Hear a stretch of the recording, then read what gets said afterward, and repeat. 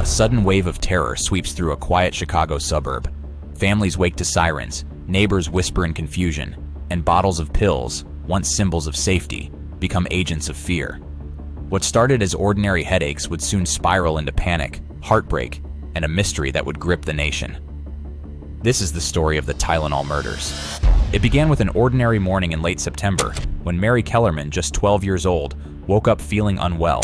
Her parents gave her a capsule of extra-strength Tylenol, hoping it would ease her symptoms. Within hours, Mary collapsed in the bathroom and was rushed to the hospital.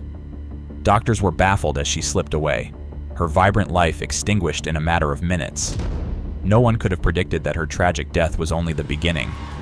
Soon after, Adam Janus, a postal worker living in a nearby suburb, suddenly fell ill after taking Tylenol for chest pain. He died in the emergency room, leaving his family devastated. In their grief, Adam's brother and sister-in-law visited the Janus home, seeking comfort. Both took Tylenol from the same bottle.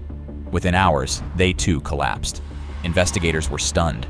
3 members of one family, gone in a single day. As the hours ticked by, more victims surfaced. Mary Reiner, a new mother. Paula Prince, a flight attendant. Stanley Makita, a father. All healthy, all taken with horrifying speed. Panic gripped Chicago's communities as authorities raced to find a cause. The only clue: each victim had swallowed Tylenol capsules shortly before death. Medical examiners revealed a chilling discovery: traces of cyanide in their blood. Police and federal agents descended on local drugstores, yanking Tylenol from shelves. Johnson & Johnson, the manufacturer, faced an unprecedented nightmare. Bottles from different stores, even different towns, tested positive for lethal poison. The randomness suggested someone was tampering with bottles after they reached the stores.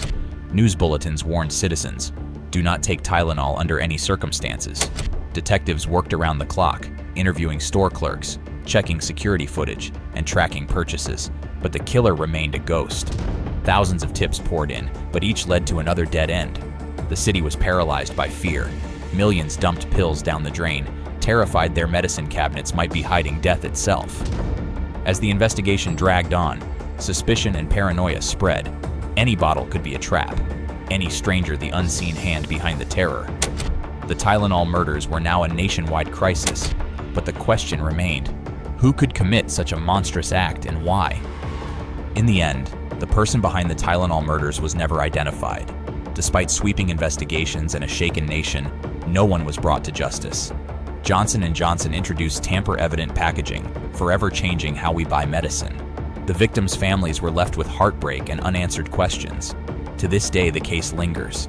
Was it a calculated act of terror, or the work of a twisted individual seeking chaos? Who, in the shadows, poisoned a nation's trust? What would you do if safety itself turned sinister?